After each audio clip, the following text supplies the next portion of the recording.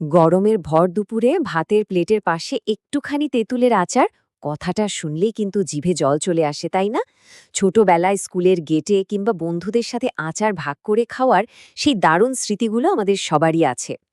কিন্তু আজকের এই এক্সপ্লেনারে আমরা শুধু নস্টালজিয়া নিয়ে কথা বলবো না, বরং জানবো রান্নাঘরের খুব সাধারণ আর টক মিষ্টি তেঁতুলের আচার আসলে আমাদের শরীরের ভেতর ঠিক কি কি কাজ করে। তেঁতুল আচারের উপকারিতা যে কতটা সুদূর প্রসারী সেটা জানলে রীতিমতো অবাক হতে হয়। আর এখানেই স্বাভাবিকভাবে মনে একটা প্রশ্ন জাগতে পারে, এই যে এত মজার টক মিষ্টি একটা খাবার, এর ভেতরে আসলে কি লুকিয়ে আছে?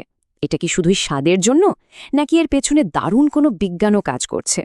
চলুন শৈশবের সেই আবেগটা একটু সরিয়ে রেখে আজ আমরা আচারের ভেতরের আসল বিজ্ঞানটা খুঁড়ে বের করি। আজকের এক্সপ্লেনারে আমরা মূলত 5টি বিষয় নিয়ে কথা বলবো। 1. আচারের পেছনের বিজ্ঞান। 2. হজম আর ক্ষুধা। 3. ওজন কমানো নিয়ে যত ভুল ধারণা।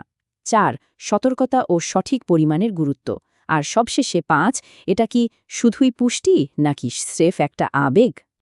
তো প্রথমেই চলে যাচ্ছি আমাদের প্রথম বিষয়ে, আচারের বিজ্ঞান, বা বলা যায় ওই টক স্বাদের পেছনের গল্পটায়।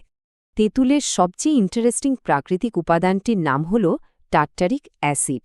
এটা কিন্তু আমাদের শরীরের জন্য একেবারে একটা বায়োলজিক্যাল শিল্ড বা ঢালের মতো কাজ করে। আরেকটু সহজ করে বললে, প্রতিদিন নানা কারণে আমাদের শরীরের কোষগুলোতে যে ড্যামেজ বা অক্সিডেটিভ স্ট্রেস তৈরি হয়, এই টার্টারিক অ্যাসিড ঠিক সেখানেই কাজ করে। সে নীরবে আমাদের কোষগুলোকে ওই দৈনন্দিন ক্ষয়ক্ষতির হাত থেকে দারুণভাবে প্রোটেক্ট করে।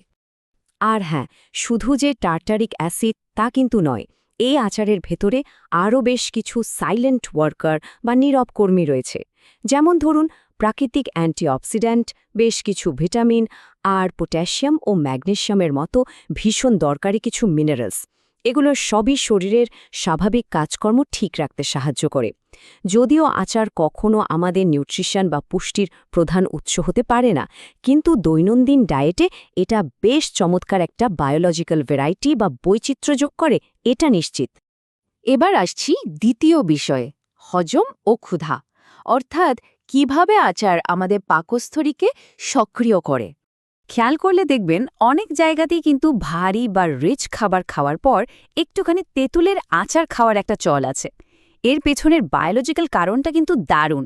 প্রথমে তেঁতুলে থাকা ন্যাচারাল অ্যাসিড আর ফাইবার আমাদের হজমতন্ত্রে বা ডাইজেস্টিভ ট্র্যাকে প্রবেশ করে। এরপর এটা পুরো হজম প্রক্রিয়াটাকে অ্যাক্টিভলি স্টিমিউলেট বা সক্রিয় করে তোলে। আর ঠিক এই কারণে খুব ভারী একটা মিল বা খাবার খাওয়ার পর আমাদের শরীরে এক ধরনের আরাম আর স্বস্তি কাজ করে। মানে তেঁতুলের আচার আক্ষরিক অর্থেই একটা ন্যাচারাল ডাইজেস্টিভ এইড হিসেবে কাজ করছে। এর পাশাপাশি তেঁতুল আচারের উপকারিতা নিয়ে কথা বলতে গেলে আরেকটা ইন্টারেস্টিং দিকের কথা বলতেই হয়। ওই যে তেঁতুলের টক স্বাদ, ওটা কিন্তু মুখে লালার নিঃসরণ বা স্যালাইভা প্রোডাকশন বাড়িয়ে দেয়। আর এর ফলে প্রাকৃতিকভাবেই খাবারের প্রতি আমাদের আগ্রহ বা ক্ষুধা অনেকটাই বেড়ে যায়। বিশেষ করে ধরুন, জ্বর বা কোনো অসুখের পর যখন মুখে একদমই রুচি থাকে না, তখন ক্ষুধা ফিরিয়ে আনতে এই প্রাকৃতিক মেকানিজমটা ম্যাজিকের মতো কাজ করে। এছাড়াও তেঁতুলে থাকা অল্প পরিমাণ ফাইবার মৃদু কোষ্ঠকাঠিন্যের সমস্যা কমাতেও কিছুটা সাহায্য করতে পারে। তবে হ্যাঁ, এখানে একটা বিষয় ক্লিয়ার করাটা ভীষণ জরুরি।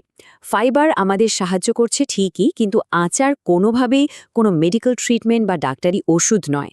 কারো যদি ক্রনিক বা দীর্ঘমেয়াদী হজমের সমস্যা থাকে, তবে অবশ্যই একজন প্রফেশনাল ডাক্তারের পরামর্শ নিতে হবে।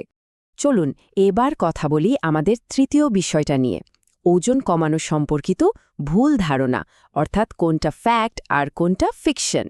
সোশ্যাল মিডিয়ায় স্ক্রল করলেই আজকাল নানা রকম ম্যাজিক ডায়েটের গল্প দেখা যায়। একটা খুব কমন গুজব হচ্ছে, বেশি করে তেঁতুল খেলেই নাকি খুব দ্রুত ওজন কমে যায়। কিন্তু বৈজ্ঞানিক রিয়ালিটিটা আসলে কি? সত্যি বলতে এমন দাবির পেছনে কোনো শক্ত সায়েন্টিফিক প্রমাণই নেই, বরং উল্টো ঘটনা ঘটতে পারে। আচারে থাকা অতিরিক্ত লবণ আর চিনি শরীরের জন্য মারাত্মক ক্ষতিকর হতে পারে। তাই ইন্টারনেট ভাইরালের ফিকশনে বিশ্বাস না করে আমাদের এই সায়েন্টিফিক রিয়ালিটির দিকেই ফোকাস করা উচিত। আর ঠিক এই কারণে আমাদের পরবর্তী পয়েন্টটি খুব জরুরি, সতর্কতা এবং সঠিক পরিমাণ, অর্থাৎ মডারেশনটা কেন দরকার।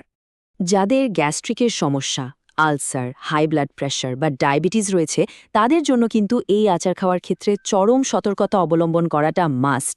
কারণ আচারে এক্সট্রা স্বাদ আনার জন্য যে প্রচুর পরিমাণে লবণ, চিনি আর ঝাল ব্যবহার করা হয় সেটা এই শারীরিক কন্ডিশনগুলোকে আরও অনেক বেশি খারাপ করে দিতে পারে।